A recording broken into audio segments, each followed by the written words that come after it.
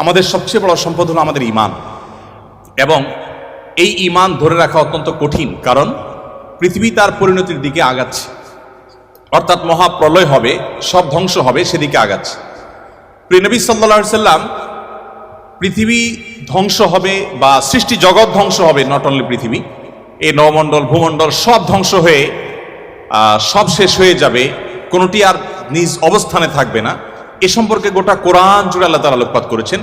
শুরুর দিকে আল্লাহ রাব্বুল আলামিন বিধিবিধান সবকিছু বলার পরও শেষের দিকে এসে কোরআনকে আল্লাহ রাব্বুল আলামিন সমাপ্ত করেছেন বেশিরভাগ সূরাগুলোতে কিয়ামত সম্পর্কিত আলোকপাত দ্বারায়, অর্থাৎ পৃথিবী তার পরিণতির দিকে যাবে সেটা দিয়ে আল্লাহ সুবহানাহু ওয়া তাআলা ইতি টেনেছেন। আমরা কদিন আগে বাংলাদেশের নোবেল বিজয়ী ডক্টর ইউনূসের একটা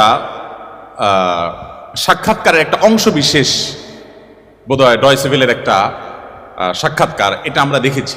যদিও সাক্ষাৎকারটা পরে কোনো কারণে বা কোনো যৌক্তিক অযৌক্তিক যে কারণেই হোক আমরা দেখতে পাই না ওই পেজে, আমি শুনেছি, আপনারা অনেকে হয়তো শুনেছেন। তিনি বলছিলেন যে পৃথিবী তার গন্তব্যের দিকে, ধ্বংসের দিকে এগিয়ে যাচ্ছে, এবং তিনি অন্য পার্সপেক্টিভ থেকে বলেছেন নিশ্চয়ই, কিন্তু আল্লাহ রাব্বুল আলামিন যা বলেছেন সেটি আমাদের সবাইকে উপলব্ধি করতে হবে এবং সেই গন্তব্যে আমাদের যেতে হবে। আমরা যাচ্ছি সেদিকে। পৃথিবী যখন তার গন্তব্যের দিকে বা সৃষ্টি জগৎ যখন তার গন্তব্যের দিকে এগিয়ে যায়, তখন যত বেশি এগিয়ে যাবে ঈমান মানুষের জন্য ধরে রাখা তত কঠিন হবে। আমরা সেরকম একটা সময় পার করছি। আমাদের বাপদাদারা যারা ছিলেন তাদের ঈমানের যে অবস্থা ছিল, তাদের মধ্যে সততা যে পরিমাণে ছিল, আমাদের মধ্যে সে পরিমাণ নিশ্চয়ই নাই।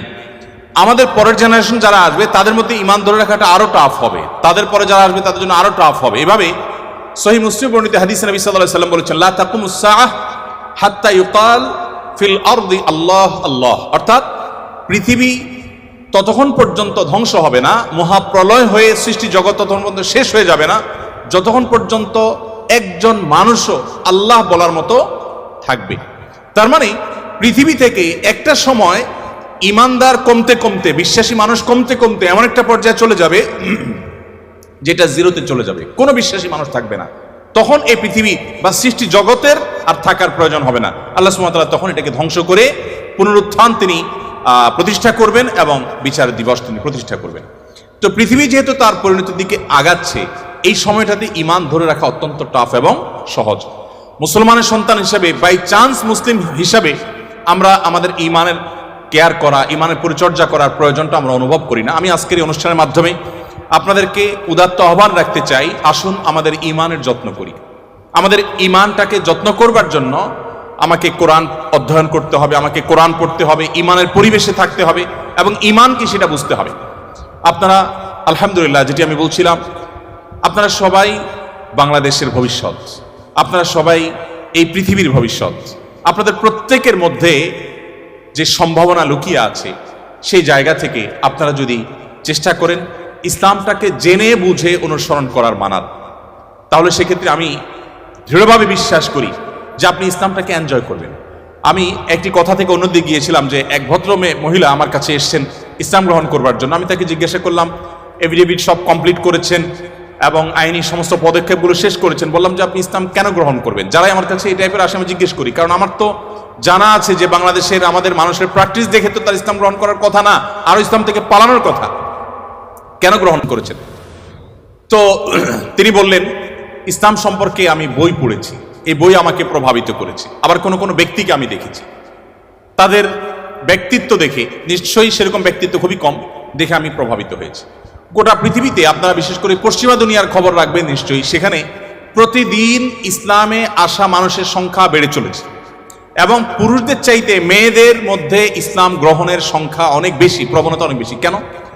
যেখানে নারী অধিকার নিয়ে এত কথা বলা হয়, নারীদের অধিকার দেওয়ার জন্য এত আয়োজন নেওয়া হয়, এত উদ্যোগ নেওয়া হয়, সেই সমাজে কেন, সেই সমাজের নারীরা কেন ইসলামে আসছে এবং সেখানকার মুসলমানরা কেন ইসলামে আসছে, এই বিষয়টা নিয়ে আমি একটু স্টাডি করার চেষ্টা করলাম। আমার কাছে দুটি জিনিস পরিষ্কার হয়েছে। নাম্বার এক, তারা কোরআন পড়ে। যারাই ইসলামের পথে এসেছে তাদের বেশিরভাগ মানুষ কোরআন পড়ে ইসলামে এসেছে। এবং ওমর রাদিয়াল্লাহু তাআলার কথা আপনারা জানেন, গোটা পৃথিবীর ইতিহাসে প্রবাদ তুল্য শাসকদের একজন, ন্যায় বিচার প্রতিষ্ঠার ক্ষেত্রে দৃষ্টান্ত স্থাপন করা মানুষদের একজন, সে ওমর রাদিয়াল্লাহু তাআলা আনহু। তার ইসলাম গ্রহণের ইতিহাসও আপনারা জানেন। তিনি কিন্তু নবী সাল্লাল্লাহু আলাইহি সাল্লামকে হত্যা করার দায়িত্বে নিয়োজিত হয়ে সে দায়িত্ব পালন করার জন্য যাচ্ছিলেন। পথিমধ্যে তিনি তার বোন বগ্নিপতির কণ্ঠের তেলাওয়াত শুনেছেন। এই ঘটনা বিভিন্ন ভাবে বর্ণিত হয়েছে, আপনারা জানেন। সেই তেলাওয়াত তাকে এতটা প্রভাবিত করেছে যে তিনি হত্যার পরিবর্তে বরং মুহাম্মদ সাল্লাল্লাহু আলাইহি সাল্লামের কাছে হাত দিয়ে তার হাতে ইসলাম গ্রহণ করেছেন। তার মানে কোরআন সামান্য একটু শোনার পর তার ভিতরে এরকম প্রভাব পড়েছে। আপনাদেরকে আরেকটা গল্প শোনাতে চাই। তুফাইল ইবনে আমর আদ-দুসি একজন বড় মাপের কবি ছিলেন ইয়েমেনের। শুধু বড় মাপের নয়, আমরা জাতীয় কবি বলি, তখনকার জাতীয় কবির কালচারই ভাবে ছিল না। যদি থাকতো হয়তো তিনি ইয়েমেনের জাতীয় কবি থাকতেন তখনকার। তুফাইল ইবনে আমর আদ-দুসি, দুস ওনার গোত্রের নাম। উনি যেহেতু বড় সাহিত্যিক এবং কবি ছিলেন, এবং সেই সময়ে কবি সাহিত্যিকদের অনেক কদর ছিল। বড় বড় রাজদরবারগুলোতে কবি সাহিত্যিকদেরই পদচারণা সবচেয়ে বেশি ছিল, এবং সবচেয়ে বড় পুরস্কারগুলো তারাই জিততেন। প্রশংসা করে রাজাদেরকে বিভিন্ন কবিতা, বিভিন্ন পংক্তি, বিভিন্ন লেখা এগুলো উপহার দিলেই পুরস্কার পেতেন। তো তুফাইল ইবনে আমর আদ-দুসি যেহেতু সাহিত্যিক ছিলেন, ভিআইপি ছিলেন, তিনি মক্কা উমরা করতে এসেছেন। মুহাম্মদ সাল্লাল্লাহু আলাইহি সাল্লাম তখন গোপনে ইসলাম এর দাওয়াত দিচ্ছেন। মক্কায় আসার পর তার বন্ধু বান্ধব যারা মক্কায় ছিলেন কবি সাহিত্যিক, তারা বললেন, দেখো আমাদের এখানে তো একটা লোক, তার কথা শুনলেই মানুষ তার জাদুতে আক্রান্ত হয়ে যায়, বাপদার ধর্ম ছেড়ে দেয়। তো তোমার ব্যাপারে আমরা আশঙ্কা করছি যে তুমি এরকম অবস্থার মধ্যে পড়তে পারো। তাহলে একটা বুদ্ধি হলো, তুমি কানের মধ্যে তুলো দিয়ে রাখো, দোনো কানের ফুটো এমন ভাবে বন্ধ করে দাও যে তুমি ওমরা যখন করবা, তওয়াফ করবা, সাই করবা, এই টাইমে যাতে ওই ভদ্রলোকের কোনো কথা তোমার কানে না আসে। অ্যাটলিস্ট এই সময়টা তুমি এভাবে একটু পার করো। তিনি তাদের পরামর্শ অনুযায়ী দোনো কান বন্ধ করে ফেললেন, এবং তিনি ওইভাবে কিন্তু ওমরার কাজ শেষ করলেন। একটা পর্যায়ে তার মনে হলো যে আমি এত বড় সাহিত্যিক মানুষ, বুদ্ধিজীবী মানুষ, পড়াশোনা করা মানুষ, একটা মানুষ কথা বলবে আর আমি গলে যাব, ভুলভাল বললেও আমি সেটা মেনে নিব, আমি তো এত অর্বাচীন না, আমাকে এত ভয় কেন পেতে হবে। তিনি কানের তুলোটুলো খুলে ফেলে দিলেন, এবং এরপর তিনি হারামের কোন এক জায়গা থেকে কোরআনের কিছু আয়াতের অংশ বিশেষ তার কানে আসলো। আসার পর তিনি সাহিত্যিক মানুষ, বুঝলেন যে এটা তো এই মানের ভাষা, এই মানের সাহিত্য, এটা তো কোনো মানুষের রচনা হতে পারে না, বা এই ধরনের রচনা তো আমি আগে পড়ি নাই, এটা তো একটু ব্যতিক্রম মনে হচ্ছে। তিনি তখন মুহাম্মদ সাল্লাল্লাহু আলাইহি সাল্লামকে অনুসরণ করতে শুরু করলেন। পেয়ে গেলেন আলী রাদিয়াল্লাহু তাআলাকে, সম্ভবত আলীরই তেলাওয়াত শুনেছেন। তখন আলী রাদিয়াল্লাহু তাআলাকে বললেন, দেখো আমাকে তার কাছে নিয়ে যাও, মুশকিল হলো আমার বন্ধু বান্ধবরা দেখলে তো আমার জাত যাবে, বা তারা আমাকে এমন আছে টর্চারও করতে পারে, তাহলে এক কাজ করো, নিয়ে চলো। আলী সামনে সামনে যাচ্ছেন, উনি পিছু পিছিয়ে যাচ্ছেন। যে পরে তিনি ইসলাম গ্রহণ করলেন, এবং তিনি অনেক টর্চারের মুখোমুখি হলেন। তার মাধ্যমে ইয়েমেনে ইসলাম ঢুকে প্রথম ব্যক্তি ইয়েমেন থেকে ইসলাম গ্রহণ করা। আমি আপনাকে 50টা ঘটনা শোনাতে পারবো যে মানুষগুলো ইসলাম গ্রহণ করেছেন শুধুমাত্র কোরআন স্টাডি করে, কোরআন পড়ে। আমি আপনাদেরকে আজকে আহ্বান করে যেতে চাই, বাই চান্স মুসলমান আমরা যারা আছি, আমরা একটু ইসলামটাকে বোঝার চেষ্টা করি, আমরা ইসলামটাকে একটু জানার চেষ্টা করি। আমরা অনেকে মনে করি কোরআন হাদিস এগুলো হুজুরদের সাবজেক্ট, এগুলো শুধু ওনারা পড়বেন, আমরা শুধুমাত্র হুজুরদের মুখের দিকে তাকিয়ে থাকবো আর শুনবো। আপনি সেই ধর্মের অনুসারী, যে ধর্মের প্রথম নির্দেশ কিন্তু নামাজ পড়া নয়, যে ধর্মের প্রথম নির্দেশ কিন্তু রোজা রাখা নয়, যে ধর্মের প্রথম নির্দেশ হলো ইকরা, তুমি পড়ো। আপনি সেই ধর্মের মানুষ, যেই ধর্মে আপনাকে জ্ঞান ভিত্তিক দিন আপনাকে গ্রহণ করতে বলা হয়েছে। আল্লাহ সুবহানাহু ওয়া তাআলা কোরআনে বলেছেন, ফাআলাম আন্নাহু লা ইলাহা ইল্লা। ইমাম বুখারী রাহমাতুল্লাহ আলাইহি কোরআনের পর সবচেয়ে বড় বিশুদ্ধতম আপনার ব্যাখ্যা গ্রন্থ, সেখানে আল্লাহ রাব্বুল আলামিন যে কোরআনে আয়াতে বলেছেন, এর আলোকে ইমাম বুখারী রাহমাতুল্লাহ একটা অধ্যায় রচনা করেছেন। আপনারা জেনারেল ব্যাকগ্রাউন্ডের মানুষ, আপনাদেরকে আমি কিছু এমন তথ্য দিতে চাই যেগুলো হয়তো আপনাদের জানা নেই, এবং সেটা এই জন্য দিতে চাই যে মুসলমানদের জ্ঞান বিজ্ঞানের চর্চা কোন লেভেলে ছিল, বিজ্ঞান তো বটে, সাধারণ জ্ঞানের চর্চাও কোন লেভেলে ছিল। ইমাম বুখারী রাহমাতুল্লাহর যে বুখারী শরীফের কথা আপনারা শুনেন, এই বুখারী শরীফ এটার যে শুধু ইয়েগুলো আছে, টাইটেলগুলো আছে, অধ্যায় এবং পরিচ্ছদের যে শিরোনামগুলো আছে, শুধু এই শিরোনামগুলোর ব্যাখ্যায় ভারতবর্ষের লেখক আছে, সারা ওয়ার্ল্ডের অন্যান্যগুলো বাদই দিলাম। শাইখুল হাদিস জাকারিয়া রাহমাতুল্লাহ আলাইহি ভারতের সাহারানপুরের উত্তরপ্রদেশের, তার লেখা আত-তারাজম ওয়াল আবওয়াব আছে। আপনার এই টেবিলের এই মাথা থেকে মাথা পর্যন্ত হয়ে যাবে সবগুলো ভলিউম রাখলে। এতগুলো ভলিউম ভর্তি কিসে? শুধুমাত্র সহিহ বুখারীর শুধুমাত্র যে টাইটেল বা শিরোনাম আছে তার ব্যাখ্যা। এবং এগুলো এতটা একাডেমিক, এবং এতটাই আপনার ডিপ নলেজের বিষয় এবং এলমি বিষয়, একাডেমিক বিষয়, যে আপনি যদি এখানে প্রবেশ করেন তাহলে আপনি এটার ভেতরে শুধু ঢুকতেই থাকবেন এবং সামনে আগতে থাকবেন। এটা আমাদের ঐতিহ্য। যাই হোক, তো ইমাম বুখারী রহমতুল্লাহ আলাইহির একটা অধ্যায়ের শিরোনাম ছিল এরকম যে তিনি লিখেছেন বাবুল কাউলি বিল ইলমি, বাবুল ইলমি ক্বাবলাল কাউলি ওয়াল আমালি বিহি। অর্থাৎ সে অধ্যায় এখানে রচনা করা হচ্ছে যে অধ্যায়ে প্রমাণ করা হবে ইসলাম কোনো কথা বলবার আগে, কোনো কাজ করবার আগে মানুষকে সেটা জানার নির্দেশ করে। অর্থাৎ আগে জ্ঞান অর্জন করো, তারপরে তুমি করো।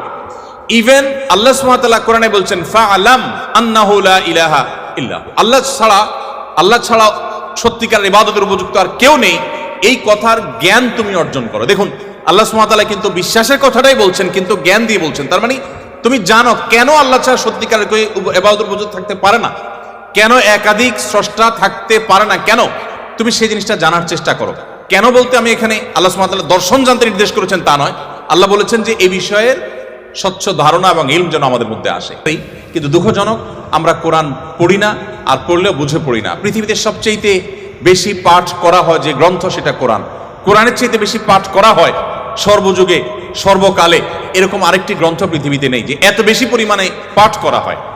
আর দুঃখজনক সত্য এটাও যে পৃথিবীতে না বুঝে পাঠ করার ক্ষেত্রে কোরআনের চাইতে আর বিকল্প বা আরেকটা গ্রন্থ আপনি খুঁজে পাবেন না। কোরআনই একমাত্র গ্রন্থ যে আমরা মুসলমানরা সেটাকে না বুঝেই শুধুমাত্র পড়ি। হ্যাঁ, কোরআন না বুঝে পড়লেও আপনি সওয়াব পাবেন, এটা একটা কাজ হবে। না বুঝে পড়লে কি লাভ হবে আমরা অনেকে বলি। আজকাল আপনারা জানেন অনেক টেকনোলজি আবিষ্কার হয়েছে, আপনারা টেকনোলজির লোক, যে একটা সিম্পল জিনিস আমাদের সবার হাতে হাতে আছে, স্মার্টফোন। আমরা যদি বলি হাই শ্রী কল অমুক, সাথে সাথে কিন্তু আপনার কোনো টিপাটিপি ছাড়াই সেই অমুককে কল করবে, মোবাইল করবে না ডিভাইস। এখন তো আপনার আপনি কোন রুমে বসে বলছেন যে গরম লাগছে, এসিটা অন হয়ে যাবে। আপনি জাস্ট বললেন, নির্দিষ্ট শব্দ উচ্চারণ করলেন যে আপনার কাছে গরম লাগছে, এসিটা অন হয়ে যাবে। আপনি বললেন যে না এখন শীত লাগছে, তো এসিটা কমে যাবে, বন্ধ হয়ে যাবে। টেকনোলজি এই পর্যন্ত চলে গেছে, যা আপনি বলছেন সেটা সে ক্যাচ করছে এবং সেই অনুযায়ী কাজ করছে।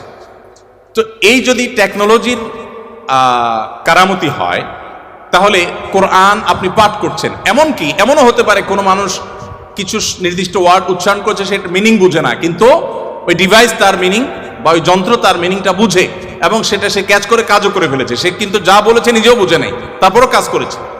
কোরআন তেলাওয়াত করে ফু দিলে অনেক অসুখ, অনেক দুঃখ, অনেক কষ্ট, মানুষের শারীরিক অনেক কষ্ট লাঘব হয়। কিভাবে হয়? আপনি যদি এটা নিয়ে বৈজ্ঞানিক গবেষণা নামেন তো আপনি কোনো সূত্র হয়তো খুঁজে পাবেন না, কিন্তু আপনাকে আমি যে পয়েন্টটা বললাম এই পয়েন্ট থেকে যদি আপনি আগান, আপনি দেখবেন যে এরকম বহু লজিক আপনার সামনে হাজির হয়ে গেছে। যাই হোক, তো আমি যেটা বলছিলাম যে কোরআন আপনি না বুঝে পড়লে সওয়াব পাবেন, কিন্তু এই জন্য কোরআন আসেনি। আল্লাহ সুবহানাহু ওয়া তাআলা কোরআনে বিভিন্ন জায়গায় বলেছেন লিয়াদাব্বারু আয়াতি, এই কোরআন দেয়া হয়েছে তোমাদেরকে যাতে এর আয়াতগুলো নিয়ে তোমরা গবেষণা করো, তোমরা যাতে ভাবো, তোমরা যাতে চিন্তা করো, তোমরা যাতে ভাবনার জগতে প্রবেশ করো। তো এই কোরআন ভাবনা বা গবেষণা তো অনেক পরের কথা, এর কথামালা তো আমাকে আগে বুঝতে হবে। আমি আজকে অনুষ্ঠানের মাধ্যমে আপনাদের সবাইকে উদাত্ত আহ্বান রাখতে চাই, আসুন কোরআন শুরু থেকে শেষ পর্যন্ত একবার অন্তত পুরো কোরআনটা আপনি ধীরে ধীরে অল্প অল্প করে 5টি আয়াত করে 10টি আয়াত করে আপনি পড়ুন এবং বোঝার চেষ্টা করুন। কোন একজন সাহাবী বলেছেন শুধু সূরা বাকারা পড়তে তার কয়েক বছর লেগেছে। আমরা তো 2-3 দিনে কোরআন খতম দিয়ে ফেলতে পারি, তাই না? তার শুধু সূরা বাকারা পড়তে টানা কয়েক বছর সময় লেগেছে। কি করেছেন তিনি? প্রতিটা আয়াত পড়েছেন, এ সম্পর্কে জেনেছেন, ভেবেছেন, এখান থেকে তার নেয়ার কি আছে সেটা নিয়েছেন, নিজের মধ্যে ইমপ্লিমেন্ট করেছেন, দেন তিনি সামনে অগ্রসর হয়েছেন। এভাবে এগোতে গিয়ে তার একটা সূরা শেষ করতে কয়েক বছর সময় লেগে গেছে। কোথায় আমাদের কোরআন অধ্যয়ন? আমি আপনাদেরকে বলেছি, এখনো পৃথিবীতে যারা ইসলামে আসছে, পশ্চিমা পৃথিবী বলুন, আমাদের এই অঞ্চলে বলুন, তাদের নিয়ে আমার যে সামান্য পড়াশোনা বা ঘাটাঘাটি আছে সেটার আলোকে আমি নিশ্চিত হয়েছি অনেকখানি যে তারা বেশিরভাগ মানুষ আমাদেরকে দেখে তো আসার প্রশ্নই ওঠে না, কারণ আমাদের মুসলমানদের মধ্যে এমন কিছু নেই যেটা দেখে সে ইসলামে আসবে, ম্যাক্সিমাম মুসলমানদের অবস্থা। কিন্তু তারা ইসলামে এসেছে কোরআন পড়ার পর। ফ্রান্সের একজন পলিটিশিয়ান, তিনি কট্টর ইসলাম এবং মুসলমানদের সমালোচক ছিলেন এবং বিদ্বেষ পোষণ করতেন রীতিমতো। আমি একসময় আমার ফেসবুক প্রোফাইলে তাকে নিয়ে অনেক লেখালেখিও করেছি।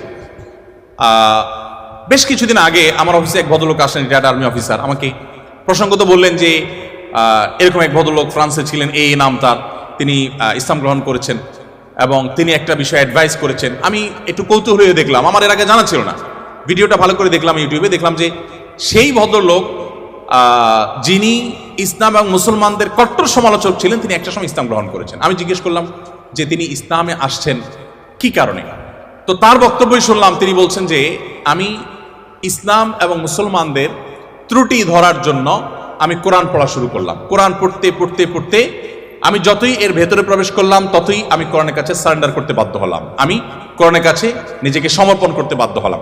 তো আলহামদুলিল্লাহ তিনি যেভাবে ইসলাম গ্রহণ করেছেন এবং আলোকিত হয়েছেন কোরআন দ্বারায়, আমার বিশ্বাস আমরা যদি অ্যাজ এ মুসলিম আমরা পড়াশোনা করি মুসলিম হই, আমরা বুঝে শুনে মুসলিম হই, আমাদের ইসলাম গ্রহণটা যদি বাই চান্স না হয়ে বাই চয়েস হয়, অর্থাৎ আমরা জেনে শুনে মুসলমান হই, তাহলে সেটা আমাদেরকে অনেক বেশি উপকার দিবে।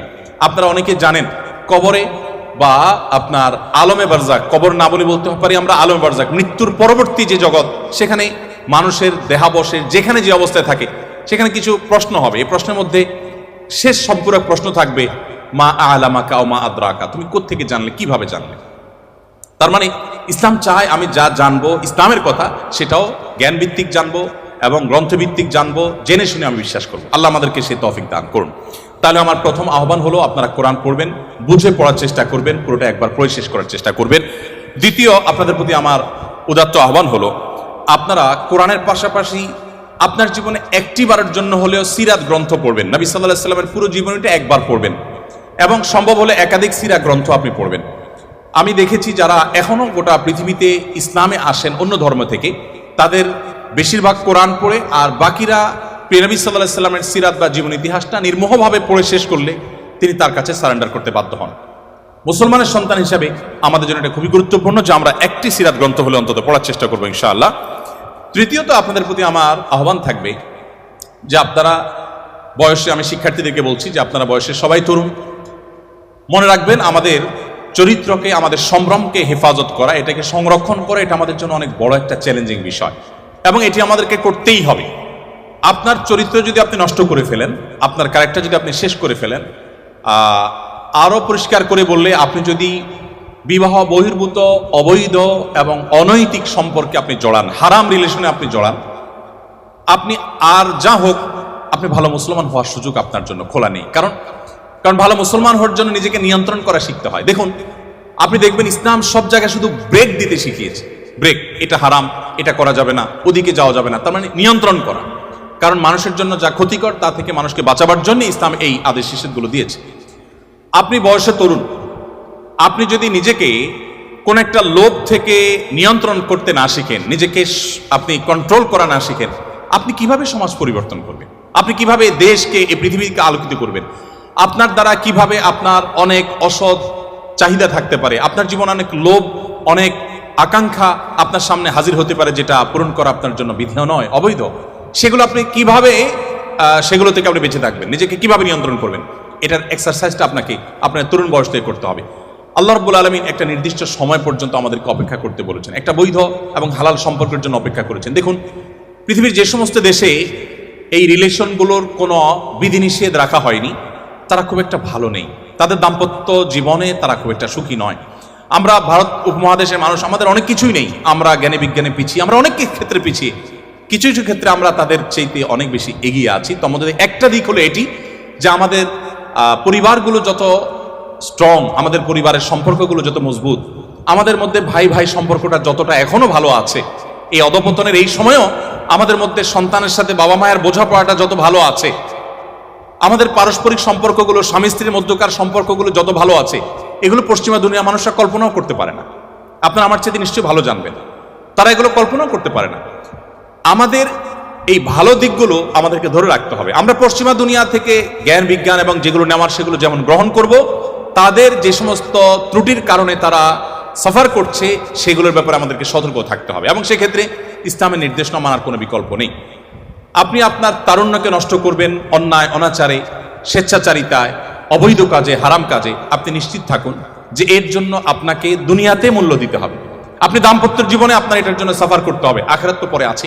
এজন্য আপনার নিজের প্রয়োজনে নিজেকে নিয়ন্ত্রণ করতে শিখুন এবং কন্ট্রোল করতে শিখুন।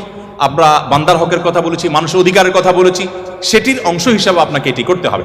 আপনারা জানেন সারা পৃথিবীর সব সমাজেই, এমনকি অমুসলিম সমাজেও একজন মানুষ তার দুজন সঙ্গী যদি রাখেন, অর্থাৎ স্ত্রী আর তাদের কাছে যদি তাদের ভাষায় যদি আমরা গার্লফ্রেন্ডের কথা বলি, যে দুজন রাখেন, তো এটাকে অনৈতিক মনে করা হয়, এটাকে অন্যায় মনে করা হয়। সকল সমাজে যারা অমুসলিম, যারা অবিশ্বাসী, তারাও এটাকে অন্যায় মনে করে।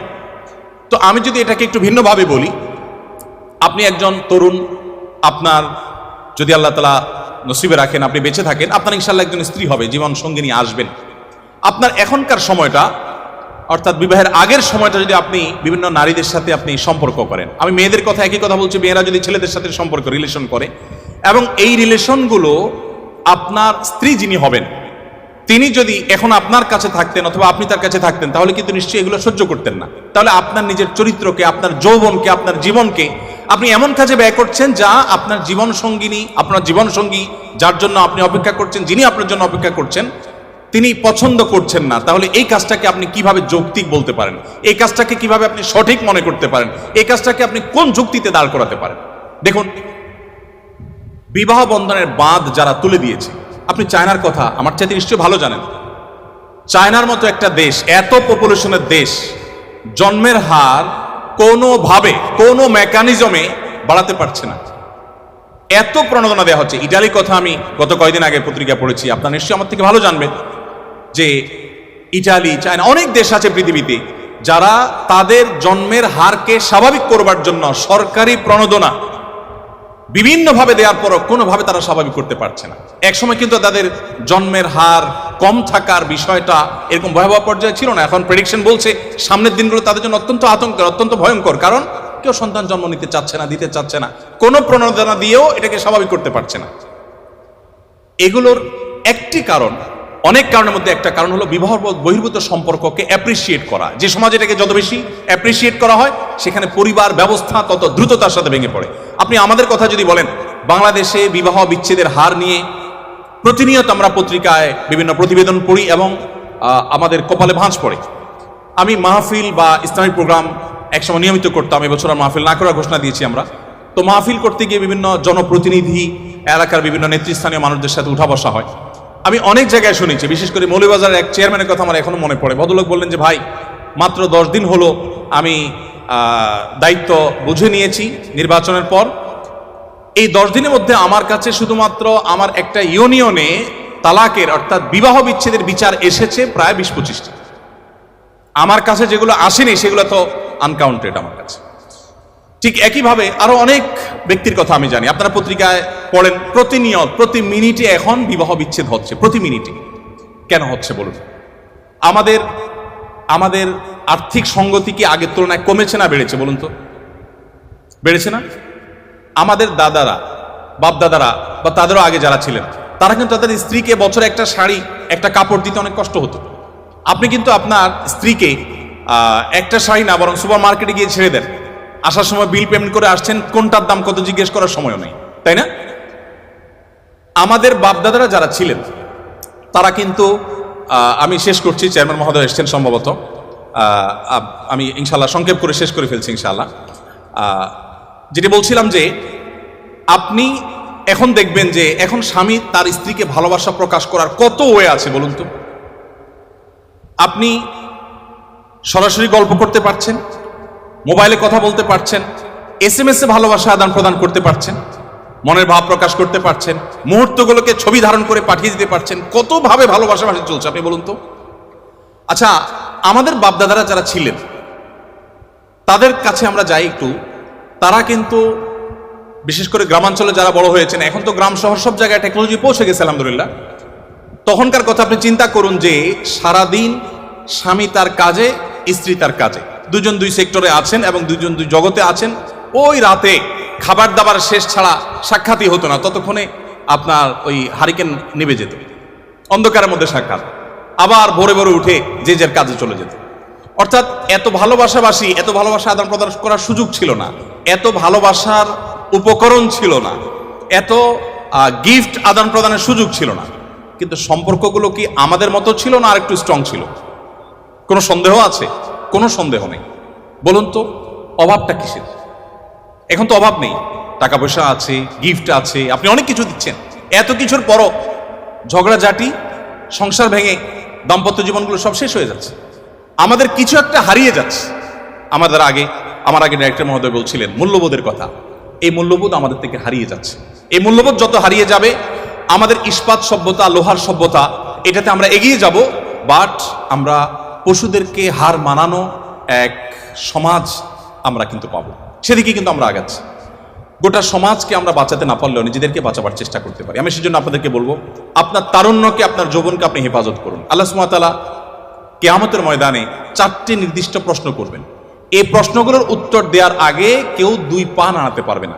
নবী করিম সাল্লাল্লাহু আলাইহি ওয়াসাল্লাম বলেছেন, লা তাযুলু কদমা আবদিন ইয়াউমাল কিয়ামাতি হাত্তা ইউসআলা আন আরবা। 4টি প্রশ্নের উত্তর দেওয়া ছাড়া কোনো মানুষ তার পা নাড়াতে পারবে না। সে 4টি প্রশ্নের একটা প্রশ্ন হলো ওয়ান শাবাবিহি ফিমা আবলা, তোমার যৌবনকালটা তুমি কিভাবে কাটিয়েছো। দেখুন, আমাদের সমাজে যুবকরা নামাজ কালাম ধরলে বা একটু ধর্মকর্ম করলে বা একটু ভালো মানুষ সাজলে সমাজের মানুষ ওটাকে ভালোভাবে নেয় না, তাই না? যে যুবক মানুষ এত ভালো হতে যাবে কেন, আর এই বয়সে একটু আত্মু করবে না, ভালো হওয়ার বয়স হয়েছে এখনো। আমরা এইভাবে দেখি না জিনিসটাকে। আচ্ছা, আল্লাহ রাব্বুল আলামিন সেজন্য যৌবনে কি করেছেন আপনি সেটা আলাদা জানতে চাইবেন। আপনি দেখবেন অনেক মানুষ আছেন যৌবন বয়সে সমস্ত অপকর্ম করে বৃদ্ধ বয়সে তিনি হাজী সাহেব, গাজী সাহেব, দায়টাই রেখে বিরাট ভালো মানুষ সেজে গেছেন, আছেন আমাদের সমাজে। বরং ধারণাটাই এমন ভাবে বদ্ধমূল হয়ে গেছে যে যা খুশি তা করো, একটা বয়সে এসে ফেরেশতা সেজে যাও। সময়ত উপস্থিতি, এটি কোনো জীবন নয়, এটা কোনো আদর্শ নয়। আমাদেরকে আমাদের তরুণ সময়টাকে, তরুণ বয়সটাকে, আমাদের তারুণ্যকে আল্লাহর ইবাদতে, আল্লাহর দাসত্বে, আল্লাহর গোলামিতে কাটানোর চেষ্টা করতে হবে এবং আমাদেরকে নীতি এবং নৈতিকতা এবং মূল্যবোধ ধরে রাখার চেষ্টা করতে হবে। বলছিলাম ইসলামের কথা। ইসলাম দেখবেন সব জায়গায় আপনাকে কন্ট্রোল করতে শিখায়, সব জায়গায় আপনাকে নিয়ন্ত্রণ করতে শিখায়। ত্যাগ আগে, ভোগ পরে। যত উৎসব আছে, আপনি ইংরেজি নববর্ষ বলুন, এটা একটা উৎসব। এরকম যত উৎসব উদযাপন আছে সবগুলোতে দেখবেন শুধু ভোগের কথা বলা আছে, অনলি ভোগ। আপনি 31st নাইট উপলক্ষে যত আনুষ্ঠানিকতা সারা ওয়ার্ল্ডে হয়, ভোগ ছাড়া সেখানে ত্যাগের কোনো অপশন কি আছে? কোনো অপশন নেই। কিন্তু ইসলামের 2টি উৎসব, একটা ঈদ উল ফিতর, একটা ঈদ উল আজহা, এখানে ভোগের কথা আছে কিন্তু আগে ত্যাগ। আপনাকে ঈদ উল ফিতরের আগে ফিতরা দিতে হবে, গরিবের বাসায় খাবার পৌঁছাতে হবে, তাদের হাসি নিশ্চিত করে এরপর আপনাকে হাসতে হবে। আপনি কোরবানির ঈদ করবেন, কোরবানির পশুর গোশত আপনি জবাই করে খাবেন, আপনি গরিবকে দিতে হবে, তাকে মুখে হাসি ফোটাতে হবে, আপনি তারপরে খাবেন। আপনি তো সেই ধর্মের অনুসারী, আপনি তো মানুষের কল্যাণকামী হবেন।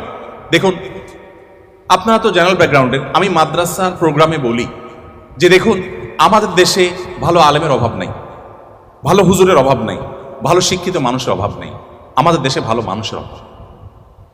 আপনারা আমার চাইতে খুব ভালো করে জানবেন, অভাব নাই আমি এ অর্থে বলছি যে অনেক আছে, আরো দরকার আমাদের শিক্ষিত মানুষ, আরো দরকার আমাদের ভালো আলেম।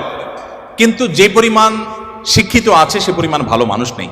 যে পরিমাণ আলেম আছেন, এমনকি আলেম হলেও গতানুগতিক তিনি যে ভালো মানুষ হয়ে যাবেন এমনটা জরুরি না। আমরা ভালো মানুষ হওয়ার চেষ্টায় এগিয়ে যেতে হবে। আপনি যদি ভালো মানুষ হওয়ার চেষ্টায় আগান, আপনি জেনারেল ব্যাকগ্রাউন্ডের হওয়ার পরও আপনার এই পড়াশোনাটাকে ইবাদতে আপনি রূপান্তর করতে পারেন। কিভাবে সেটা?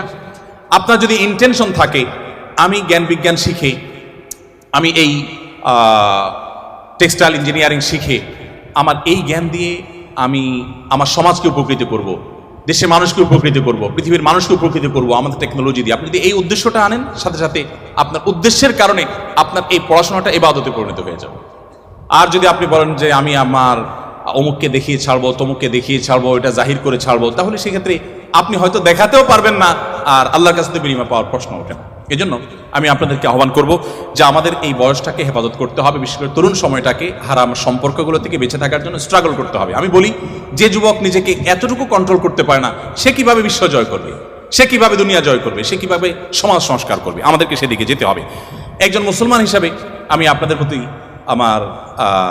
আমার আবেদন রাখতে চাই যে আপনারা ওলামা একরাম যাদের কথা এবং কাজে মিল আছে, যারা এজ এ আলেম যেমন ভালো, এজ এ মানুষ তেমনি ভালোভাবে ভালো, কোরআন এবং হাদিসের প্রতিচ্ছবি যারা, সে মানুষগুলোর সান্নিধ্য আপনারা অবলম্বন করবেন এবং আপনি যেখানে থাকেন সেখানে একজন সৎ, একজন নিষ্ঠাবান মানুষের সাথে থাকা চেষ্টা করবেন। শুধু আলেম নয়, আপনার সহপাঠীদের মধ্যে, আপনার ছাত্রবন্ধুদের মধ্যে আপনি অনেককে দেখবেন যে ব্যক্তিগতভাবে সে সৎ, অসৎ না, মিথ্যা বলে না, অন্যায় করার প্রবণতা নেই, বাজে জিনিসের প্রবণতা নেই। আপনি তাদের সাথে চলার চেষ্টা করবেন এবং এই সংস্রব মানুষকে কত দ্রুত পরিবর্তন করে সেটা জাপানের ওই বাংলাদেশি প্রবাসী ভাইয়ের কথা বলে আমি বোঝাবার চেষ্টা করেছি।